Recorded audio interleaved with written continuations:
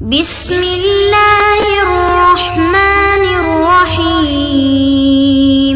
بسم اللہ الرحمن الرحیم۔ عزیز طلبہ کرام، السلام علیکم ورحمۃ اللہ وبرکاتہ۔ ہم آج عالم اسلام کے وسائل و مسائل کا سبق نمبر 76 پڑھیں گے۔ آج کا ہمارا سبق سعودی عرب کے حصہ سوم پر مشتمل ہوگا۔ سبق کی جانب جانے سے پہلے پچھلے سبق کا خلاصہ دیکھ لیتے ہیں۔ ہمارا پچھلا سبق سعودی عرب کے حصہ دوم پر مشتمل تھا اور اس سبق کے اندر ہمارا پہلا پوائنٹ اس ملک کے مذاہب سے متعلق تھا۔ دوسرے پوائنٹ کے اندر ہم نے سعودی عرب کی مختصر تاریخ کا جائزہ لیا۔ آج کے سبق کی ابحاث جان لیتے ہیں۔ آج کا سبق بھی ہمارا دو ہی پوائنٹس پر مشتمل ہوگا اور آج کے سبق کا ہمارا پہلا پوائنٹ اس ملک کے سلسلہ حالات و واقعات ہوں گے اور دوسرے پوائنٹ کے اندر ہم اس ملک کے طرز حکومت پر بات کریں گے۔ تو چلتے ہیں آج کے سبق کے پہلے پوائنٹ کی جانب، یعنی سلسلہ حالات و واقعات کی جانب۔ 17 جون 1934 کو سعودیہ اور یمن کے حکمرانوں نے ایک معاہدہ امن پر دستخط کر کے جنگ صحرا کا خاتمہ کر دیا۔ 1937 میں یہاں سے تیل دریافت ہوا۔ 1938 میں موجودہ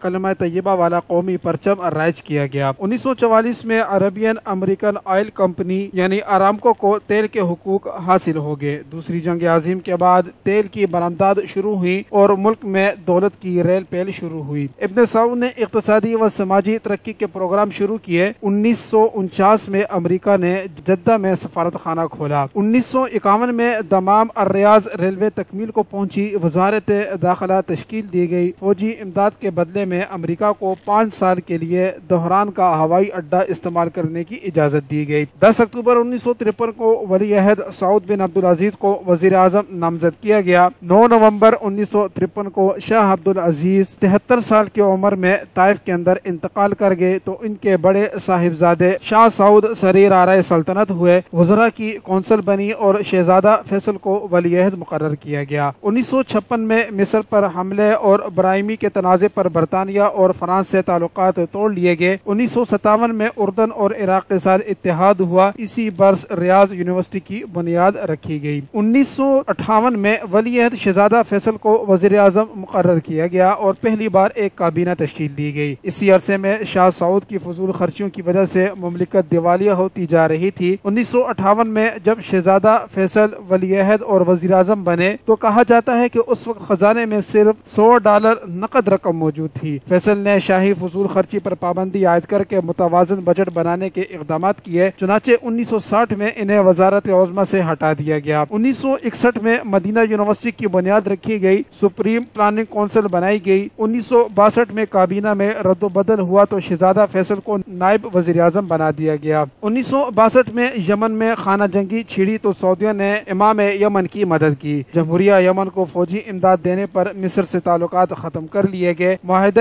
طائف کے تحت اردن کے ساتھ مل کر مصر کے خلاف متحدہ دفاعی کونسل بنائی۔ 2 نومبر 1964 کو علماء کے فتوے اور مجلس شورا کے فیصلے کے تحت شاہ سعود کو تخت سے معزول کر دیا گیا۔ فیصل بن عبدالعزیز نئے بادشاہ بنے۔ شاہ فیصل نے تخت سنبھالنے کے بعد ملک سے غلامی کا خاتمہ کیا، سرکاری اداروں کی اثر نو تنظیم نو کی اور مصر سے دوبارہ سفارتی و تجارتی تعلقات بحال کیے۔ اسی برس سعودی کویت نیوٹرل زون کی تقسیم عمل میں آئی۔ 1965 میں شہزادہ خالد ولی عہد بنے۔ قطر کے ساتھ سرحدوں کی نشاندہی ہوئی۔ ملک میں پہلی ٹیلی ویژن سروس شروع ہوئی۔ 1967 میں جدہ میں کنگ عبدالعزیز یونیورسٹی قائم ہوئی۔ 1968 میں ایران کے ساتھ ساحلی پٹی کی نشاندہی کا معاہدہ طے پایا۔ 23 فروری 1969 کو سابق شاہ سعود یونان کے دارالحکومت ایتھنز میں انتقال کر گئے۔ اگست میں مسجد اقصی کی آتش زدگی کے واقعے کے بعد شاہ فیصل نے پہلی اسلامی سربراہی کانفرنس رباط یعنی مراکش میں منعقد کرائی۔ 1970 میں OIC کا جنرل سیکریٹریٹ جدہ میں قائم ہوا۔ ایک معاہدے کی روح سے یمن میں خانہ جنگی ختم ہوئی تو سعودیہ نے یمن کو تسلیم کر لیا۔ 1973 میں اسرائیل سے جنگ رمضان کے دوران شاہ فیصل نے امریکہ کو تیل کی فراہمی میں 10% کمی کر دی تاکہ امریکہ اسرائیل کی امداد سے دستکش ہو جائے۔ اسی جرم کی پاداش میں صہیونی طاقتوں نے شاہ فیصل کو 25 مارچ 1975 کو ان کے بھتیجے پرنس فیصل بن مسعود کے ہاتھوں شہید کرا دیا۔ فیصل کی شہادت کے بعد پرنس محمد بن عبدالعزیز کی حکمران بننے کی باری تھی، لیکن انہوں نے یہ ذمہ داری سنبھالنے سے انکار کر دیا تو فیصل کے چھوٹے بھائی شہزادہ خالد نے ذمہ میں اقتدار سنبھالی۔ ان کے چھوٹے بھائی پرنس فہد کو ولی عہد مقرر کیا گیا۔ 18 جولائی 1975 کو شاہ فیصل کے قاتل فیصل بن مسعود کا ریاض میں سر قلم کر دیا گیا۔ 1976 میں شاہ خالد نے تیل کی قیمتوں میں 5% تک اضافہ کر دیا۔ 1978 میں امریکہ نے 60 عدد F-15 لڑاکا طیارے سعودیہ کو دیے۔ 20 نومبر 1979 کو 250 مسلح انتہا پسند نوجوانوں کے ایک گروہ نے خانہ کعبہ پر قبضہ کر لیا۔ حفاظتی افواج اور پاکستانی کمانڈوز نے 17 روز کی لڑائی اور محاصرے کے بعد ان افراد کا خاتمہ کر دیا۔ کچھ لوگ زندہ بھی گرفتار ہوئے، جنہیں بعد ازاں سزائے موت دے دی گئی۔ 26 فروری 1981 کو مکہ اور طائف میں تیسری اسلامی سربراہی کانفرنس منعقد ہوئی۔ اس کے علاوہ عراق کے ساتھ نیوٹرل زون کی تقسیم عمل میں آئی۔ 13 جون 1982 کو شاہ خالد طویل علالت کے بعد طائف میں انتقال کر گئے۔ ولی عہد شہزادہ فہد نے بادشاہت سنبھالی۔ 14 نومبر 1983 کو دنیا کے سب سے بڑے ہوائی اڈے کنگ خالد انٹرنیشنل ایئرپورٹ کا افتتاح ہوا۔ 27 نومبر 1986 کو شاہ فہد نے خادم الحرمین شریفین کا لقب اختیار کیا۔ 31 جولائی 1987 کو حج کے موقع پر مکہ میں ایرانی حجاج نے بغاوت کر دی اور خونریز مظاہرے کیے۔ سعودی پولیس اور ایرانی حجاج کے تصادم میں سینکڑوں لوگ مارے گئے، چنانچہ ایران اور سعودیہ کے تعلقات کشیدہ ہو گئے۔ اپریل 1988 میں سعودیہ نے ایران سے ہر طرح کے تعلقات ختم کر لیے۔ 2 اگست 1990 کو کویت پر عراقی قبضے کے موقع پر کویتی حکمرانوں نے بھاگ کر سعودیہ میں پناہ لی اور طائف میں جلا وطن حکومت قائم کر لی۔ سعودیہ نے تقریباً 4 لاکھ کویتی باشندوں کو اپنے ہاں پناہ دی۔ بعد ازاں عراق پر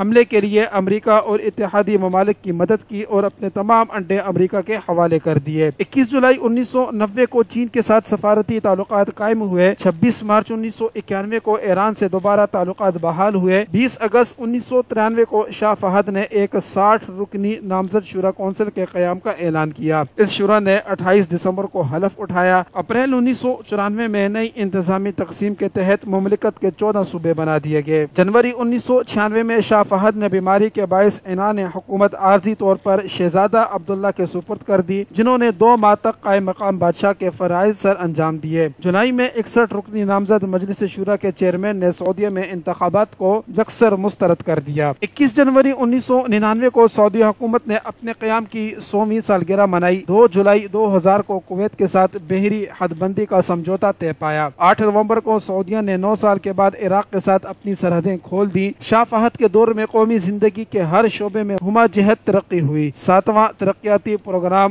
مملکت سعودی عرب اور اس کے عوام کی ترقی اور خوشحالی کے راستے پر سفر کی عکاسی کرتا ہے۔ 16 مارچ 2002 کو امام کعبہ شیخ عمر بن عبداللہ السبیل انتقال کر گئے۔ 13 اپریل کو گورنر مکہ پرنس ماجد بن عبدالعزیز کا جدہ میں انتقال ہوا۔ 18 اپریل کو مملکت سعودیہ کے بانی عبدالعزیز کی بیوہ امیرہ حیا بنت سعد السدیری 90 سال کی عمر میں انتقال کر گئی۔ وہ پرنس بدر بن عبدالعزیز اور پرنس ماجد بن عبدالعزیز کی سگی والدہ تھیں۔ ان کا تعلق نہایتی طاقتور السدیری قبیلے سے تھا۔ 10 نومبر کو ریاض میں 3 خودکش دھماکوں میں 30 افراد شہید اور 100 کے قریب زخمی ہو گئے۔ 13 جنوری 2004 کو سعودی عرب کی تاریخ میں پہلی مرتبہ خواتین اناؤنسروں کو ٹی وی پر خبریں پڑھنے کی اجازت دے دی گئی۔ سعودیہ نے خبروں اور حالات حاضرہ کے سیٹلائٹ ٹیلی ویژن چینل الاخباریہ کی نشریات کا آغاز کیا۔ نومبر 2004 میں ہنادی ہندی نامی خاتون نے سعودیہ کی پہلی خاتون پائلٹ کا اعزاز حاصل کر لیا۔ 9 فروری 2005 کو سعودیہ کی تاریخ میں ہونے والے پہلے بلدیاتی انتخابات میں مذہبی جماعتوں کے حمایت یافتہ امیدواروں نے فتح حاصل کر لی۔ 1 اگست 2005 کو شاہ فہد ریاض کے کنگ فیصل ہسپتال میں انتقال کر گئے۔ شاہ عبداللہ نے بادشاہت کے تمام اختیارات سنبھال لیے، جبکہ 3 اگست کو ان کی باقاعدہ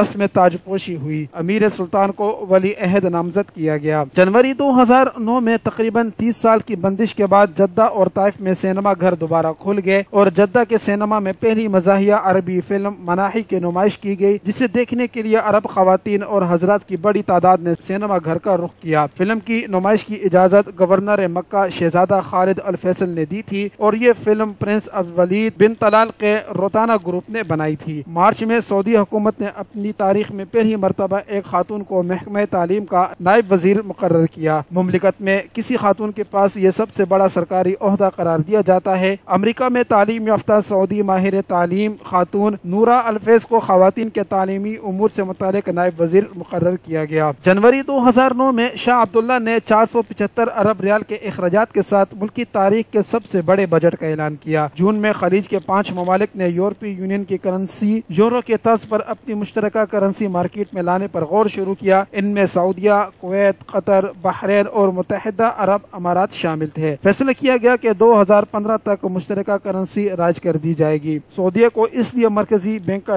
ہیڈ کوارٹر منتخب کیا گیا۔ یہ عرب دنیا کی سب سے بڑی معاشی طاقت ہے۔ مشترکہ کرنسی راج کرنے کا فیصلہ 2001 میں کیا گیا تھا۔ اکتوبر 2009 میں دارالحکومت ریاض میں مخلوط تعلیم کے پہلے ادارے کا افتتاح کر دیا گیا۔ شاہ عبداللہ یونیورسٹی برائے سائنس اور ٹیکنالوجی میں سعودی تاریخ میں پہلی مرتبہ مخلوط تعلیم کی اجازت دی گئی۔ اس جامعے میں 1000 سے زائد طلبہ و طالبات نے تعلیمی سال کے آغاز میں داخلہ لیا۔ علماء نے اس کی شدید مخالفت کی اور ایک بڑے عالم دین شیخ سعد بن نصیر نے علماء کونسل بورڈ کی رکنیت سے استعفیٰ دے دیا۔ جنوری 2010 میں معروف بزنس مین شہزادہ ولید بن طلال بن عبدالعزیز آل سعود رواں سال بھی عرب دنیا کے امیر ترین فرد قرار دیے گئے۔ فروری میں سعودی حکومت نے اپنے پہلے نجی FM ریڈیو اسٹیشن کا لائسنس جاری کر دیا۔ 12 مارچ کو سوویت یونین سے آزاد ہونے والی ریاست جارجیا نے سعودی عرب کی 80 سالہ تاریخ میں پہلی مرتبہ ایک خاتون کو اپنا سفیر مقرر کر دیا۔ سعودی میڈیا کے مطابق ملک کی تاریخ میں پہلی مرتبہ کوئی خاتون غیر ملکی سفیر کے طور پر خدمات انجام دینے سعودی عرب آئی ہے، اور یہ سعودیہ کی 80 سالہ تاریخ میں پہلا موقع ہے کہ کسی بھی ملک نے ریاض میں کسی خاتون کو سفیر مقرر کیا ہو۔ عزیز طلبہ کرام، اس طرح ہمارے سبق کا پہلا پوائنٹ مکمل ہوا، جس کے اندر ہم نے اس ملک کے سلسلے حالات و واقعات کا جائزہ لیا۔ اگلے پوائنٹ کی جانب چلتے ہیں، جہاں ہم اس ملک کے نظام حکومت کے بارے میں جانیں گے۔ سعودی عرب ایک موروثی بادشاہت ہے۔ بادشاہ ریاست کا سربراہ مملکت، چیف ایگزیکٹو، تمام اختیارات کا مالک، حکومت کا سربراہ اور مسلح افواج کا سپریم کمانڈر ہے۔ بادشاہ خود کو خادم الحرمین الشریفین کا لقب دیتا ہے۔ ولی عہد کو نائب وزیر اعظم کا درجہ حاصل ہے۔ ملک میں کوئی آئین، اسمبلی یا سیاسی جماعت نہیں ہے، البتہ ایک مجلس شورا موجود ہے جس کے زیادہ ارکان بادشاہ کے نامزد کردہ ہیں۔ تمام ملکی قوانین کا منبع اسلامی شریعت ہے۔ علماء، شیوخ اور شاہی خاندان کے مشوروں سے نظام حکومت چلایا جاتا ہے۔ بادشاہ کابینہ کا انتخاب خود کرتا ہے اور علماء کو وسیع اختیارات حاصل ہیں۔ حکومت کے اہم کلیدی عہدے اور ریاستوں کے گورنر کے عہدے شاہی خاندان کے پاس ہیں۔ سعودی شاہی خاندان دنیا کا سب سے بڑا شاہی خاندان ہے۔ اس خاندان کے شہزادوں کی تعداد تقریباً 4200 اور دیگر شاہی رشتہ داروں کی تعداد 40,000 سے زائد ہے۔ اس خاندان کو دنیا کا امیر ترین شاہی خاندان بھی تسلیم کیا جاتا ہے۔ سعودیہ کے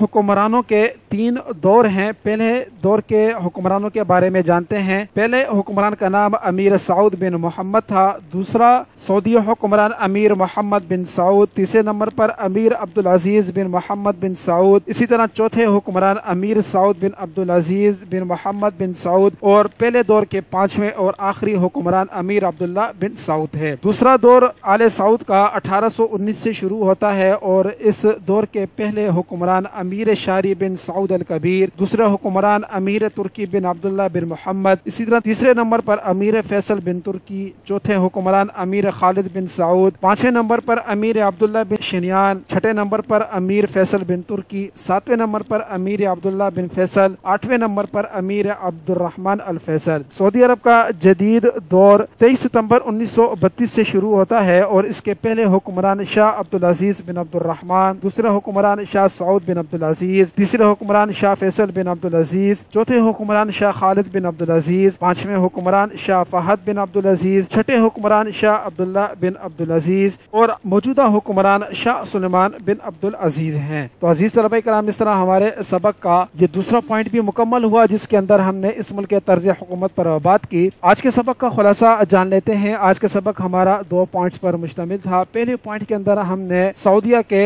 سلسلے حالات و واقعات کا جائزہ لیا، اور دوسرا پوائنٹ ہمارا اس ملک کے طرز حکومت پر مشتمل تھا۔ تو اس خلاصے کے ساتھ ہی ہمارا آج کا سبق مکمل ہوتا ہے۔ السلام علیکم ورحمۃ اللہ وبرکاتہ۔